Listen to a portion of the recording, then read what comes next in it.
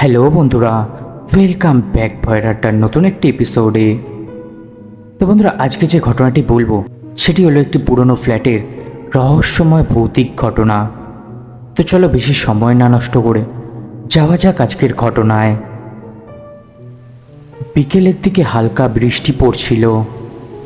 শহরের এক পুরনো ফ্ল্যাটে লিফট খারাপ থাকায় সবাই সেদিন সিঁড়ি ব্যবহার করছিল। ছতলায় থাকতো মেহেদি নামে একজন কলেজ স্টুডেন্ট। কয়েকদিন আগেই সে নতুন ভাড়ায় উঠেছে। ফ্ল্যাটে উঠেই সে বুঝতে পেরেছে জায়গাটা অদ্ভুত। করিডোরে সবসময় কেমন যেন ঠান্ডা বাতাস চলতো, আর সে যেই রুমে থাকতো তার পাশের রুমের দরজাটা সারাক্ষণ বন্ধ থাকতো। একদিন দুপুরে নিচের দোকানদার হঠাৎ জিজ্ঞেস করলো, আচ্ছা, রাতে উপরের ফ্ল্যাটে কি কেউ আসে নাকি? মেহেদি অবাক হয়ে বলল, না তো, আমি তো একাই থাকি। লোকটা কিছু না বলে চুপ করে গেল। সেদিন সন্ধ্যায় মেহেদি কলেজ থেকে ফিরে দেখে তার ফ্ল্যাটের দরজা খোলা, অথচ বের হওয়ার সময় সে নিজেই লক করে গিয়েছিল। ভেতরে ঢুকে সব কিছুই ঠিকঠাক দেখে, কিছুই চুরি হয়নি। শুধু ডাইনিং টেবিলের উপর একটা পুরনো ছবি পড়েছিল। সে বুঝতে পারছে না ছবিটা কোথা থেকে এলো। ছবিতে দেখা যাচ্ছে এই একই ফ্ল্যাট, আর বারান্দায় দাঁড়িয়ে আছে একটা লোক, কিন্তু লোকটার মুখ পুরো কালো দাগ দিয়ে ঘষে ফেলা হয়েছে। পেছনে পেন্সিলে লেখা, ওকে দেখলে দরজা খুলো না। মেহেদি ভেবেছিল কেউ মজা করছে, কিন্তু পরের দিন থেকে অদ্ভুত জিনিস শুরু হলো। মেহেদি যেখানেই যেত মনে হতো কেউ তাকে ফলো করছে।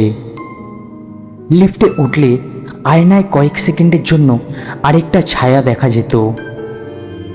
শুধু রাতে না, দিনের বেলাতেও মনে হতো রান্নাঘর থেকে ঝপঝপ করে জিনিস পড়ছে। ঘরে কোনো জিনিস রাখলে কেউ যেন মনে হতো ফেলে দিচ্ছে।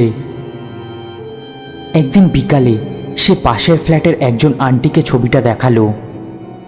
ছবিটা থেকে আন্টির মুখ ফ্যাকাশে হয়ে গেল।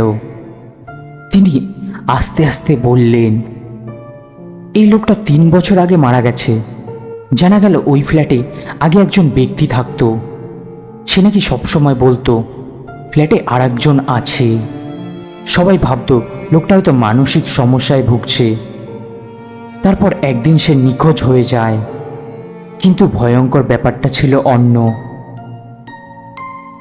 নিখোঁজ হওয়ার আগের দিন সিসিটিভিতে দেখা গিয়েছিল লোকটা নিজের রুমে ঢুকছে, আর তার ঠিক পেছন দিকেই একজন দাঁড়িয়ে আছে।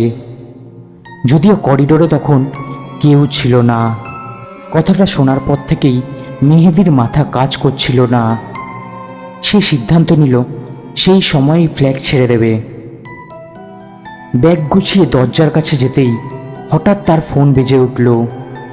অজানা নাম্বার থেকে কেউ তাকে কল করছে। মেহেদি রিসিভ করতেই ভাঙা গলায় কেউ বলল, পেছনে কে দাঁড়িয়ে আছে দেখ তো। মেহেদির শরীর জমে গেল, কারণ ঠিক তখনই তার কাঁধের ওপর ঠান্ডা নিঃশ্বাস পড়ছিল। মেহেদি আর 1 সেকেন্ডে ওখানে দাঁড়ায়নি, দ্রুত সেই ফ্ল্যাট থেকে বেরিয়ে আসে। এখন সে ফ্ল্যাটটি ছেড়ে দিয়েছে। তো বন্ধুরা, এই ছিল আজকের ঘটনা। ঘটনাটি কেমন লাগলো তোমরা প্লিজ কমেন্ট করে জানিও।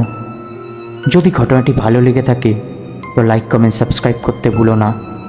তো চলো আবার দেখা হবে নতুন একটি এপিসোডে। ততক্ষণের জন্য সুস্থ থেকো, ভালো থেকো।